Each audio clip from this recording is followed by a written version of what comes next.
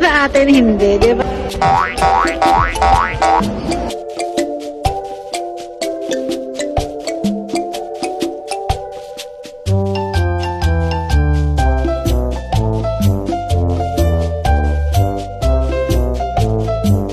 Hey guys, ayaw na ni Eliott magpa-pupo sa push cart. Gusto na niya magpakarga!